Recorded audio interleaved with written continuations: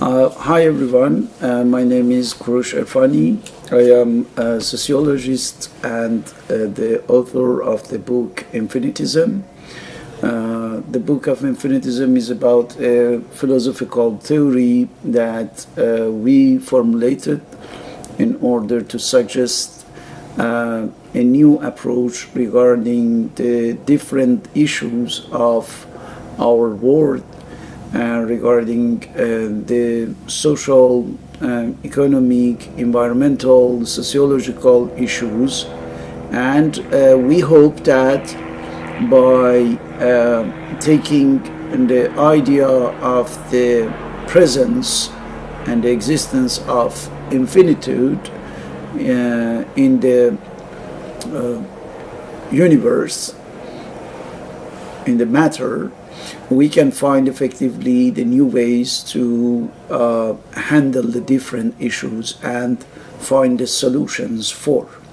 So that's the main idea of the infinitism, and we are trying to see if we can establish a new discipline called Infinitylogy, which is a combination of the philosophy, science and technology, in order to get this combination operational in such a way that we can produce the knowledge about the infinity, and then to know how we can use this knowledge in order to change the real world, right? The reality, and to bring about what we want,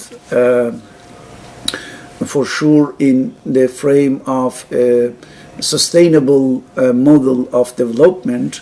But the idea is that we would be able to produce everything and as much as we want if we find how to have an operational and practical approach towards the infinitude.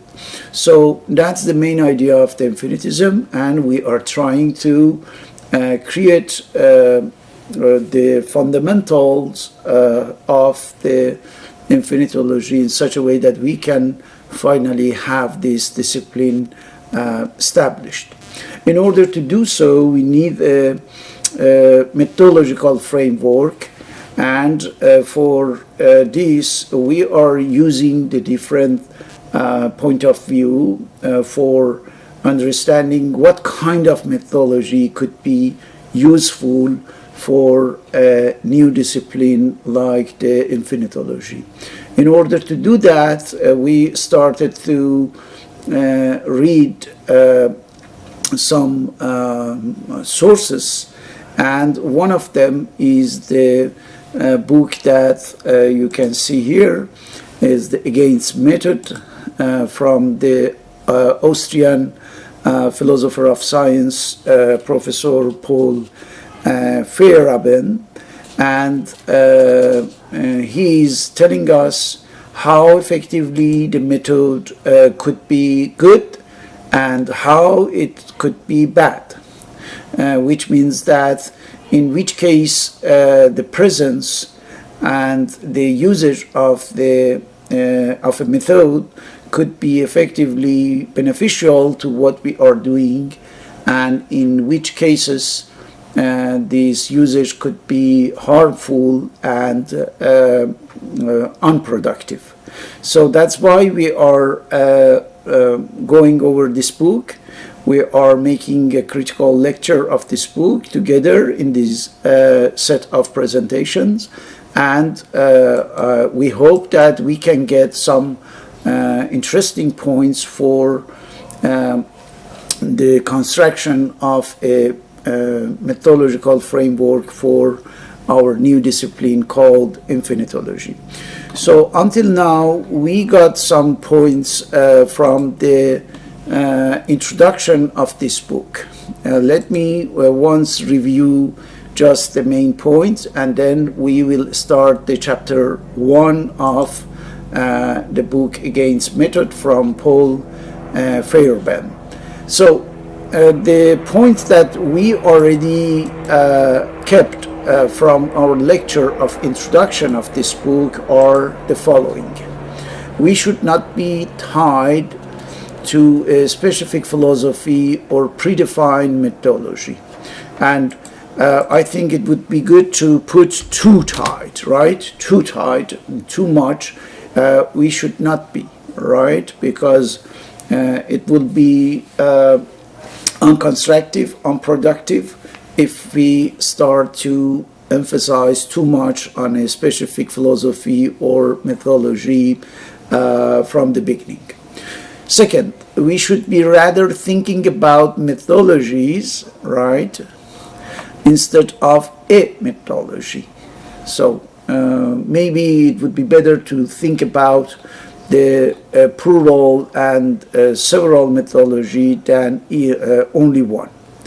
Too much specialization could make us miss some necessary points, the points that are absolutely needed for a good work that we should carry on, and we can miss some interesting points in this process because of too much specialization. And finally, it's a question of, let me make sure that you can see that. Here we are. Scientific knowledge should be humanized, or it could be highly deficient, which means that we should not remove the human role or the human interference in the process of production of knowledge, scientific knowledge, right?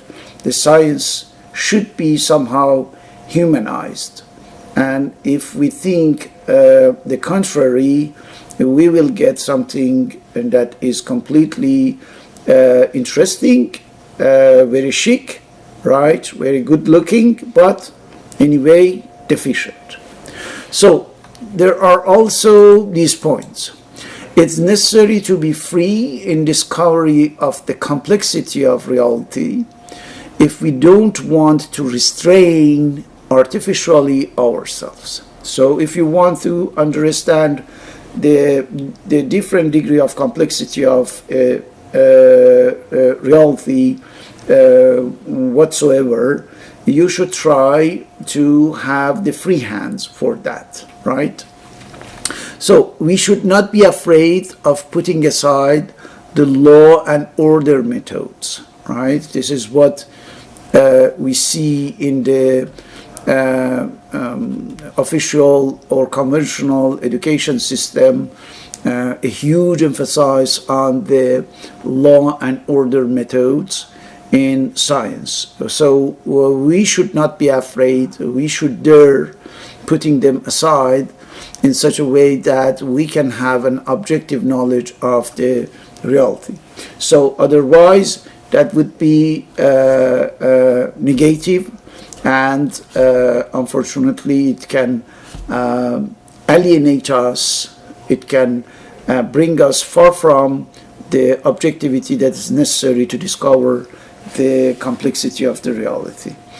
And finally, the last point that we retained from the lecture of the introduction of the book Against Method of Professor Paul Feyerabend is a free-thinking way won't lead to any chaos, right?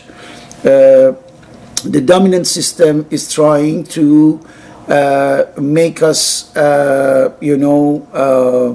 worry about getting a chaos, getting a mess, if we start to put in question the law and order methods, right?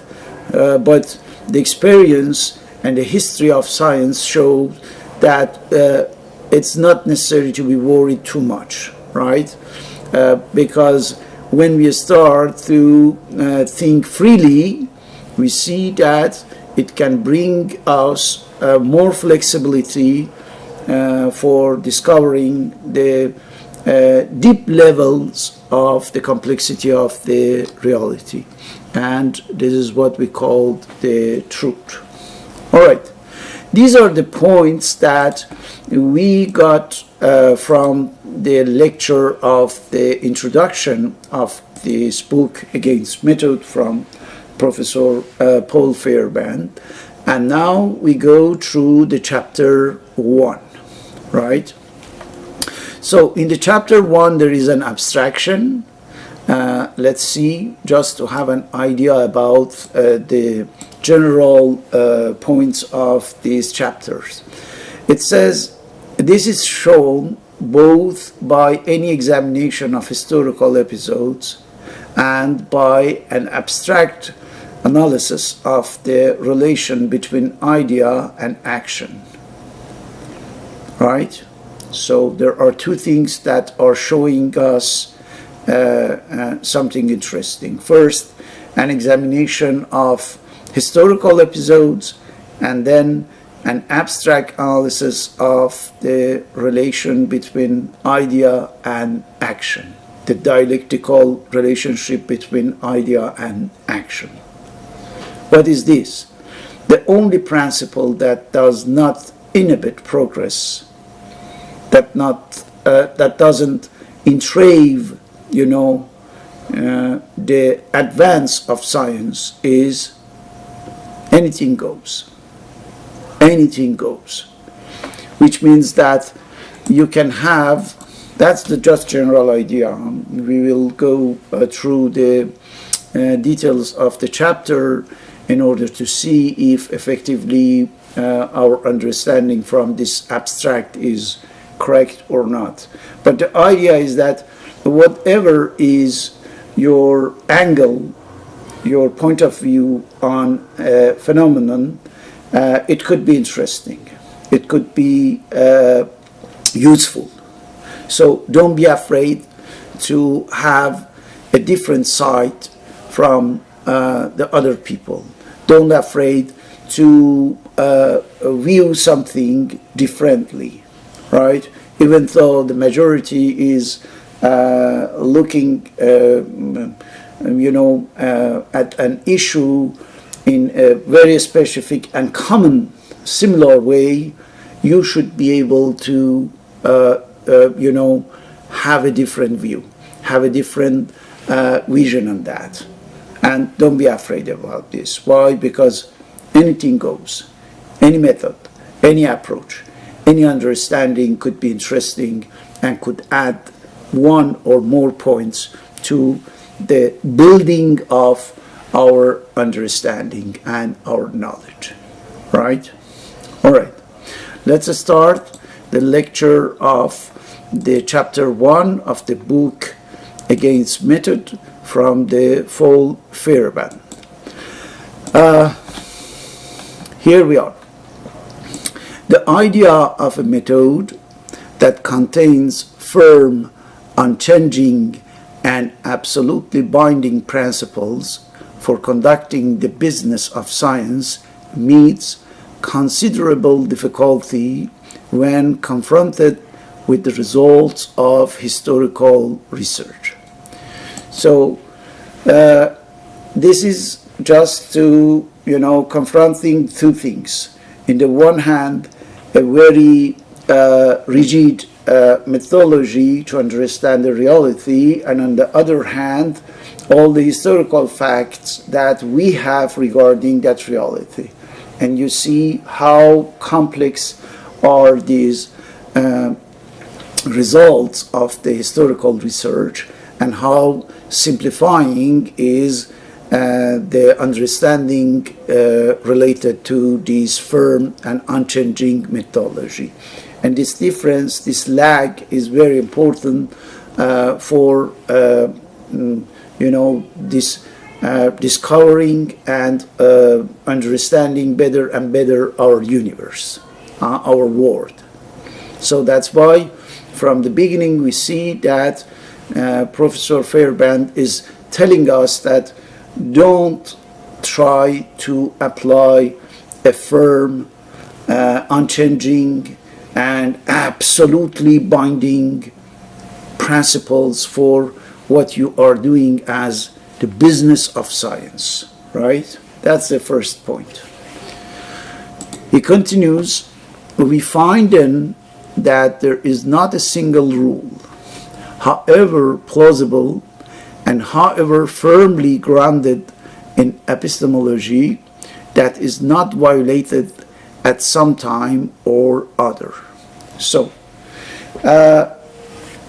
we should put aside, we should forget about the single rule, even though this single rule could looks like very argumented, plausible, but we should know that when we start to have another view on the rules, you see that we are not really violating anything hugely important. Why? Because we will see that here is a question of just the epistemology, but we know that the book in general is suggesting the anarchistic epistemology, right? Or epistemological anarchy, and then we see how effectively flexible epistemology could contain a lot of flexibility of methodology, and thanks to this flexibility, we can understand better what we are doing. So, he says it becomes evident that such violations are not accidental events. They are not results of insufficient knowledge or of inattention, which might have been avoided. So you see that in the innovation, in the creativity, the violations of the rule is something normal. And we should not be afraid about that. We should not label them as accidental events or insufficient knowledge or inattention, right? These are the things, these violations are the things that could be very interesting and productive. That's why the author says, on the contrary, we see that they are necessary for progress, right? Which means sometimes you should expressly violate, go beyond the rules in order to make the things progress, to make the things move forward. And that's why we should not be afraid, never, to innovate, to be creative, to go, if necessary, beyond the law and order rules, right?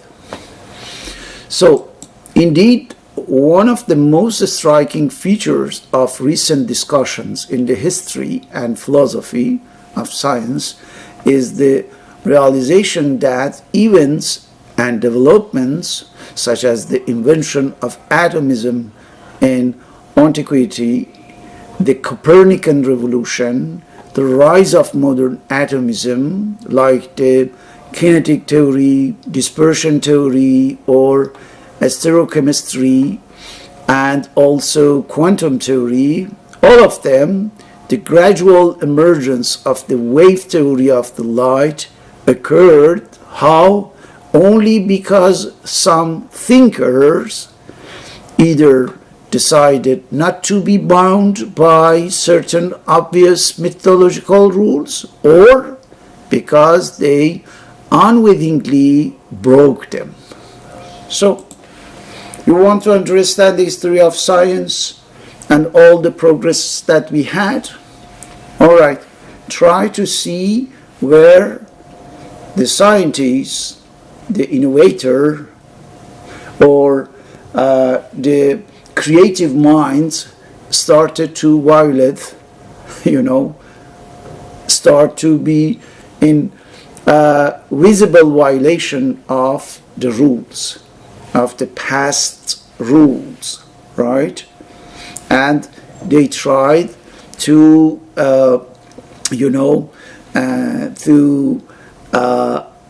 go beyond the obvious methodological rules. Obvious, which means that for their time, it was so evident, it was so obvious that we should respect this method, we should respect this methodology. And he says that if you want to know why we had this progress, why we had effectively this, for example, Copernican revolution, it's because we started not to think as we got used to, right? We started to think differently. And from that moment, we innovated and we could be successful to bring about a new idea, a new theory, a new knowledge. That's interesting. Unwittingly broke them. They didn't know exactly, but they did it and they got something new. Or sometimes they decided to do so. You see that in both cases, intentionally or unintentionally breaking the rules, it could be good. That's why you remember everything goes. It was in the abstract. This is it. This is the idea. That when you go without fear and you dare thinking differently, acting differently, then you can get the result. And you shouldn't be, exaggeratedly worried about the consequences. Now, this liberal practice, I repeat, is not just a fact of the history of science, right? Liberal practice, which means you choose how to practice your scientific approach, your scientific undertaking. It is both reasonable and absolutely necessary. Look at absolutely necessary in italic, It is both reasonable and absolutely necessary for the growth of knowledge. So, the liberal practice is not only reasonable, but also necessary, firmly needed for the growth of knowledge. More specifically, one can show the following. Given any rule, however fundamental or rational, there are always circumstances when it's advisable not only to ignore the rule, but to adopt its opposite. Which means that not only you violate completely the respect of an established rule, but you try to do exactly in the opposite direction, the contrary of the rule, in order to see what would be the result. Your curiosity is bringing you toward a new direction. And then you start to discover very interesting things that had been hidden because of too much bond regarding some, freezed principles, freezed methodological principles. So, don't forget, absolutely necessary. So, that's the idea, to recommend that, to not only to ignore the rule, but also to go in the opposite sense. For example, there are circumstances when it is advisable to introduce, elaborate, and defend ad hoc hypotheses, right? Sometimes we have to do so, right? We have to introduce, to explain, and to defend this kind of elaborated, this kind of prepared practical hypothesis, or hypotheses which contradict well-established and generally accepted experimental results, right? The things that we think they are so sure, so obvious, that cannot be denied, that cannot be, be challenged, for example. And we see that we can do that. Or hypothesis whose content is smaller than the content of the existing and empirically adequate alternative, or self-inconsistent hypothesis, and so on. So, when we have an idea to suggest as a theory, and we know that a theory, as long as it's not verified, is called a hypothesis.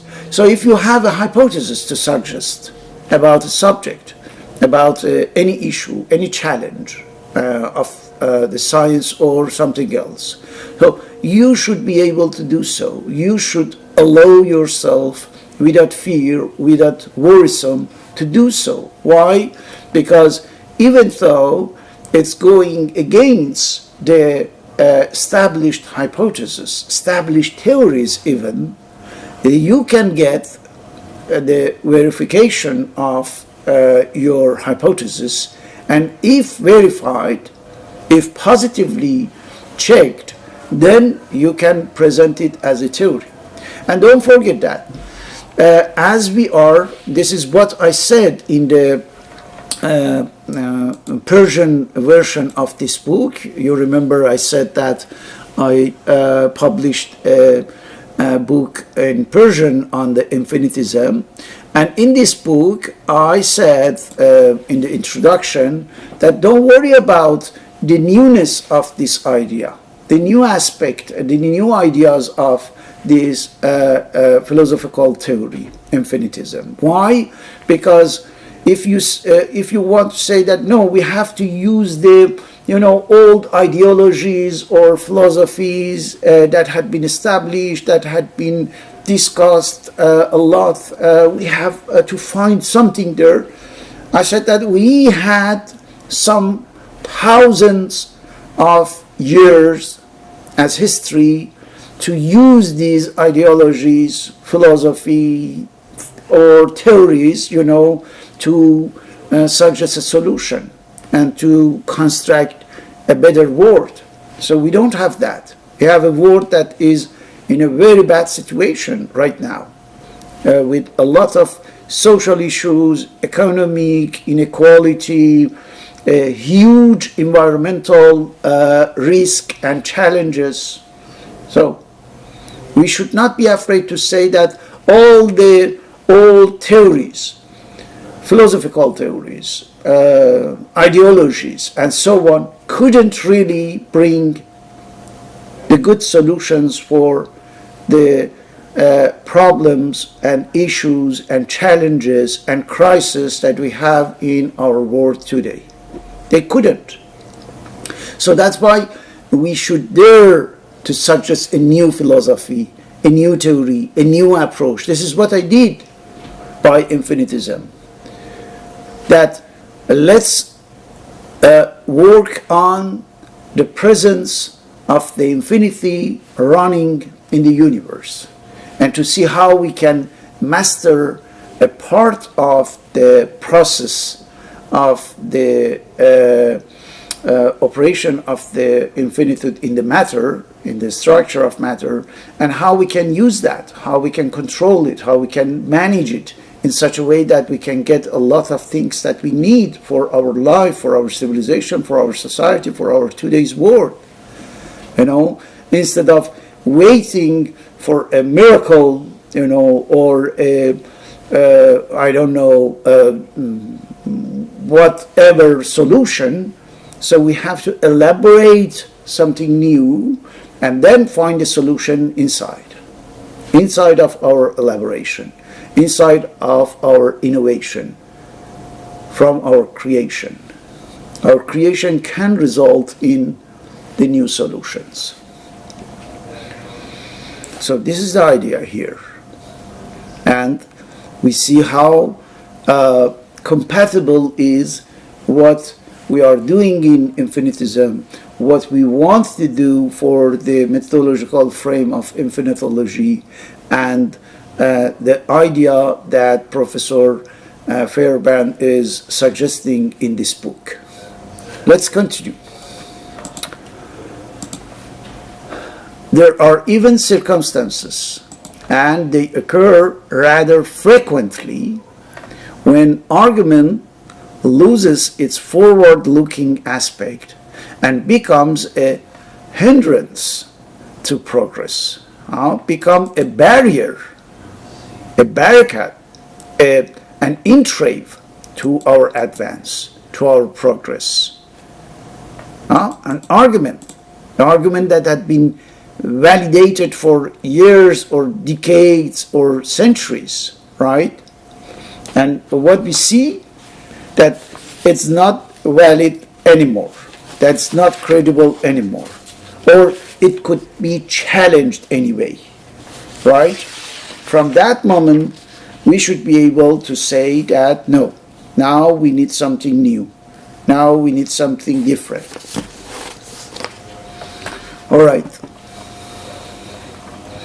Nobody would claim that the teaching of small children is exclusively a matter of argument, right? And almost everyone now agrees that what looks like a result of reason, the mastery of language, the existence of a richly articulated perceptual world, logical ability, is due partly to indoctrination and partly to a process of growth that proceeds with the force of natural law, right? So let me explain this part because it's very crucial. Here it's a question of a very delicate epistemological point.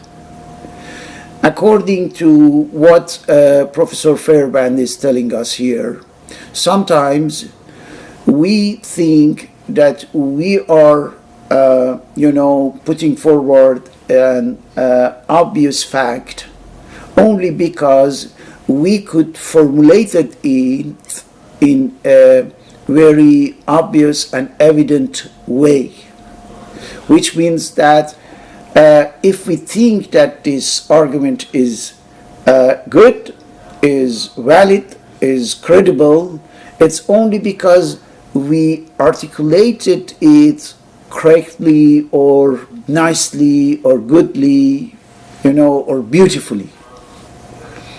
But it doesn't mean that this argument suits to the reality. It doesn't mean that this argument is completely, comply with the natural laws. No. Sometimes it doesn't mean that we didn't verify it at all, but sometimes we are so fascinated by the sake of the beauty of the argument that we don't think on the objectivity of this argument. And we think that everything is fine. Why? Because we could effectively formulated it correctly, nicely, and then we started to repeat that. You see, Feyerabend is using the word indoctrination, and we know that this word, this action, this deed doesn't have anything with science, right? Here we are in the frame of the ideology, right? Brainwashing and trying to instilling something in the mind of our interlocutor, right? In the mind of, in this paragraph, it's a question of the student, of the children, right? And we try to show that what we are teaching you is so obvious that you should never start to think otherwise. to think in the opposite direction, right? So this, what it is, it's indoctrination. Why? Because we articulate it, perceptually, logically, nicely, richly. So we think that this is truth.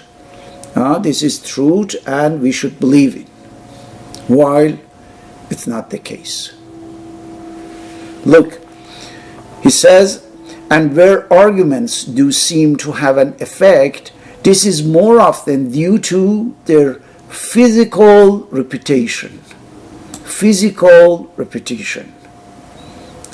We repeat it so much, so many times, that we start to believe that. Instead of paying more attention to their semantic content, to what they are, what this argument is telling us, what reality this argument is representing. Instead of thinking about that, we believe in. Why? Because we started to have a huge number of physical repetition of this argument. And that's all. You see how in the frame of science we could be the prisoner of a non-scientific action, that we can be also the actor of, And that's why we should be attentive. That's why this epistemological anarchism could be a good idea to shake this artificially slept so-called scientific framework that we elaborated, we construed for ourselves, while it's not scientific, at least while it's not productive. That's all. We should be able to shake it. We should be able to change it. Now, having admitted this much, we must also concede the possibility of non-argumentative growth in the adult as well as in the theoretical parts of institutions such as science, religion, prostitution, and so on. So you see that it's not only something limited to the school and what we are doing inside the school to the children's mind, right? Indoctrination. No, it goes beyond that. And even when we are in the frame of the institutions, university, college, the research institute, research center, and so on, or even in the religious institutions, we are doing the same thing. We are just repeating some arguments without having seriously and fundamentally checked or verify the content or the semantic content of these arguments. We just repeat them, reproduce them, and because of the number of the repetition at a given moment, we start to believe in the veracity, in the truthfulness of these arguments. And that's very bad and unconstructive for the science. Professor Feyerabend says, we certainly cannot take it for granted that what's possible for a small child to acquire new modes of behaviors on the slightest provocation, to slide into them without any noticeable effort, is beyond the reach of his elders. It's true that the children are kind of defenseless when we are indoctrinated them, right? The children, they don't have the intellectual tools or the argumentative ability to defend themselves, to have a critical thinking regarding what we are teaching them. But it doesn't mean that the adults cannot do that, right? And that's why we should be attentive about what we are taught, at college, university, when we are in the front of this or that media. We should be attentive about the reliability and credibility of the arguments that are presented to us. And from that moment, we would be able to, have a critical dealing with these arguments and see what is the part of the objective segments of this argument and what is just, the imaginary ones. So he says one should rather expect that catastrophic change in the physical environment, wars, the breakdown of encompassing systems of morality, political revolutions will transform adult reaction patterns as well, including important patterns of argumentation. So it's not because we are adult that we are not, under influence of some elements. As soon as there are the important change in the, in the environment in which we are living, we are working, or we are acting, then these changes start to influence us, and this influence include, a lot of changes, and one of these changes could be effectively change in the way that we are argumenting, right? The pattern of our argumentations will be changed, will be modified because of these important events that are happening in our surrounding environment. Such a transformation may again be an entirely natural process, and the only function of a rational argument may lie in the fact that it increases the mental tension that preceded and caused the behavioral outburst, right? So it's a question of kind of continuity in the causal chain that is bringing about all these changes in our patterns of thought, patterns of argumentation, and patterns of our behavior, right? It's a question of a continuation. It's a transformation that goes from the root causes, the deep causes, until the moment they can cause also a lot of change in our behavior. The emotions, the emotional part, as well as the rational parts of our individuality. Now,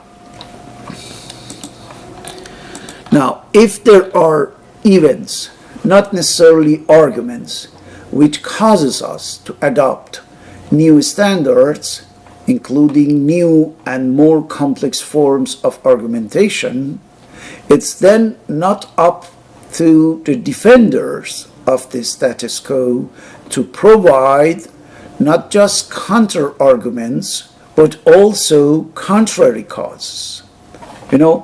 Which means that if there is something pushing us toward the change, and we want to not to change completely, we want to manage somehow these alterations in us, in our behavior, in our mind, and so on, what we should be able is to present something that is able, to go in the contrary direction of these pushing elements. these new pushing elements, new pushing forces, right?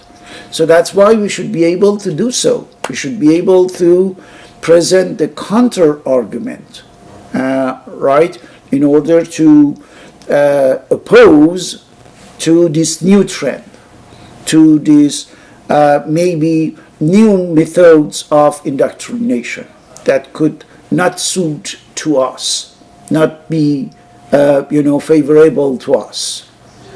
So we should be able, and if we want to be able, we should have this flexibility. Instead of the rigidity, we should have this flexibility of mind in order to be able to oppose to this new standards wave that is coming and wants to alter us, want to modify us. Here we have a very interesting quote from the Robespierre, the French revolutionary. He said, "Virtue without terror is ineffective." So if you want to have an effective idea, effective belief, you should make it come along with terror, which means with force, with physical force, with fear, right? In order to be effective. So, and if the old forms of argumentation turn out to be too weak a cause, must not these defenders either give up or resort to a stronger and more irrational means? When you don't have any interesting idea, an interesting argument to oppose the new ideas or the challenging ideas, what you have to do, finally, you have to either give up, to surrender, or to resort to stronger, and even if necessary, this is what, for example, the Nazi and the fascists did in Europe in the 20th century. It was to use the irrational means, the force, or as Robespierre says, the terror, the terrorist, tools in order to impose your weak arguments. It's very difficult and perhaps entirely impossible to combat the effects of brainwashing by argument. You cannot only by words and arguments or debate, discussions, or the things like that. No, you need something beyond this, right? So it's a question of brainwashing. Brainwashing is an irrational process. Don't forget that. You cannot only oppose it with your rationality. So that's why it says even the most puritanical rationalist will then be forced to stop reasoning and to use propaganda and coercion, right? Force, punishment. Not because some of his reasons have ceased to be valid, it's not a question of that only, but because the psychological conditions which make them effective and capable of influencing others have disappeared. So, because they cannot really be effective in their argumentation, they have to use some other tools, some other means. They have to resort to the propaganda instead of the conviction, for example, the argumentation, for example, right? Why? Because there is no more the same psychological conditions for giving the credibility to their arguments. So that's why they have to use other tools, other means. And what is the use of an argument that leaves people unmoved? That's the idea, that there is an unknown, there is something that had been lost in these arguments. And that's why the people are not anymore excited by the old argument. They need something new.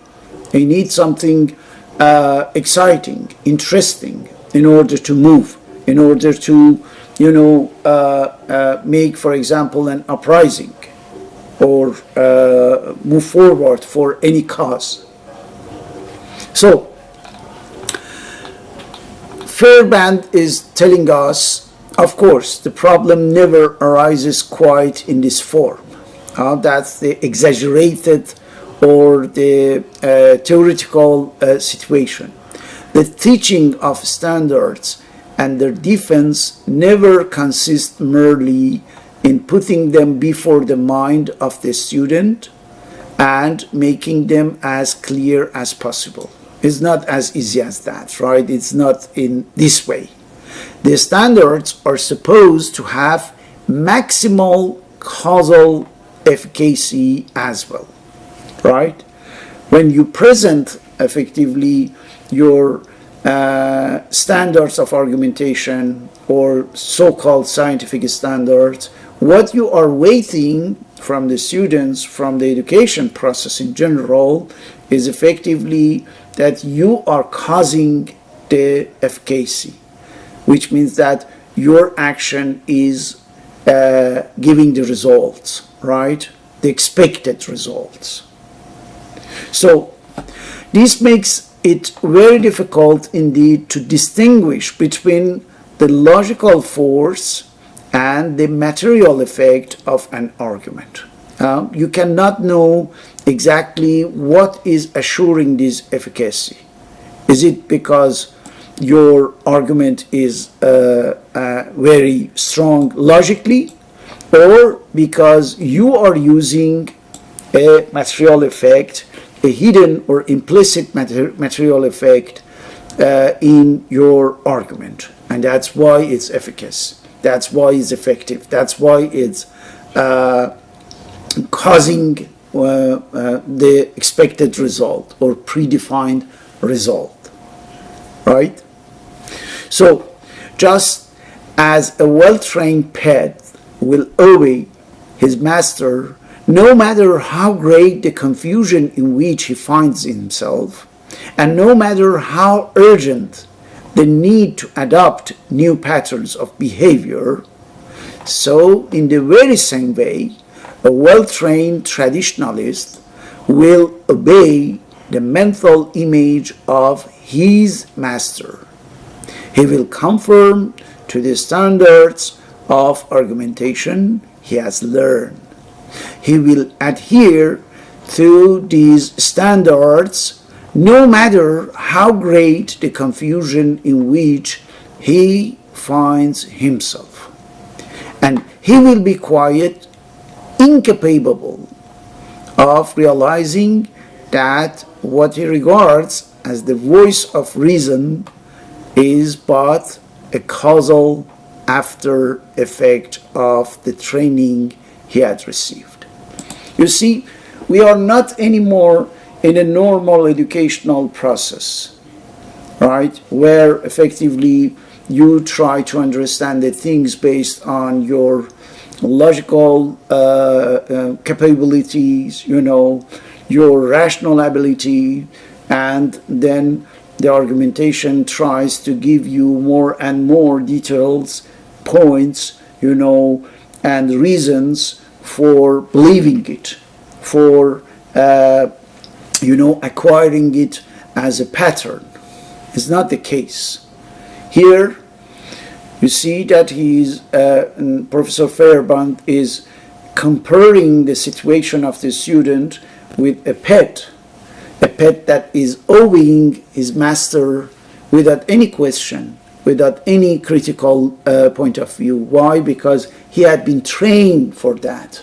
The student also could have been trained to just obey his master, whoever it is, whoever he or she is, and then follow it, obey it, and without having any critical point of view. So here we are not anymore in the a normal process of training or education.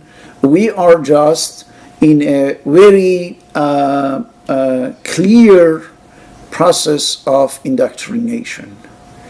The student is acting like a pet. Why? Because he or she had been indoctrinated in this way, to obey, not to question, not to put in question anything, not to doubt about anything, even at a given moment, not even think about anything, just to act, just to obey, just to reproduce, just to imitate, and that's all. So you see how the educational system could be deprived of any critical process or any critical point of view from the moment where indoctrination comes and replaces critical thinking, creativity, or putting the doubt and question about this or that.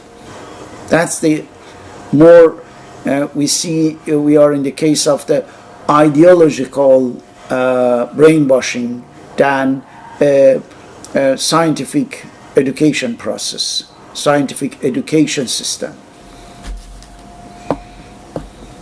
So that's why he said he will be quite unable to discover that the appeal to reason to which he succumbs so readily is nothing else but a political maneuver, right? Which means that there is nothing, creative or very rational here. It's a question of just succumbing, accepting passively, what had been funded and built as a system in which you are taken and you will be indoctrinated. The system will instill in your mind some ideas, some rules, some standards, some law and order methods, and then you think that you are a scientific. You are a PhD, for example, a student, or you are graduated from a doctoral formation, for example, at the top level of the education and academic systems. While the reality is that here is not question of the reasoning, it's not question of understanding, it's a question of political maneuver. And this political maneuver is very significant when we put it in the frame of the sociology of education. And we try to understand the dialectical relationship between the social system and educational system, and how they are reproducing each other, how they are reinforcing each other, how they are underpinning, each other. The structure of class or the social classes, right? The pyramid of the social classes and the pyramid of the educational system. How they match, how they help each other, and they are playing a complementary role for each other. This is the significance of the term here, political maneuver, and we will try to explain it more in the future presentation. So in conclusion for this part, we are in the chapter 1. You see how it is hard to act for a different point of view, for the construction of a different theory when we are all educated in the school, high school, you know, and in the higher education, the academic institutions, and so on, in such a way that we think in a direction that had been more or less dictated from the above of the system, from those who want to keep the system intact and don't want to change anything structural in what is going on. Not only in society, in economy, in politics, but also in sciences, but also in philosophy. And that's why we should be attentive if we want really to create a different world, if we want really to find a solution for all the challenges that we have right now in our society, in our world, we should be able to think differently. And in order to think differently, you should first know how we have been shaped, how we have been trained to not to think differently. And then once we know that, we would be able to view and vision something different, right? And this is this difference that we are looking for in order to recreate the relationship between the human beings and in the one hand, and the nature on the other hand. The human universe and the material universe. We need the new relationship. We need the new connection between them. And in order to do that, we should try first to free ourselves from all these restrictions and limitations we created artificially on behalf of the science or scientific view or scientific rules or the things like that. This is the main idea of the epistemological anarchism, and we will see how it could be partly at least, useful in the construction of the methodology of this new discipline that we called Infinitylogy. Thank you very much for watching this video, and I hope that you can also visit our websites, www.infinitylogy.com and www.infinitism.info. We will be in touch. Thank you and bye.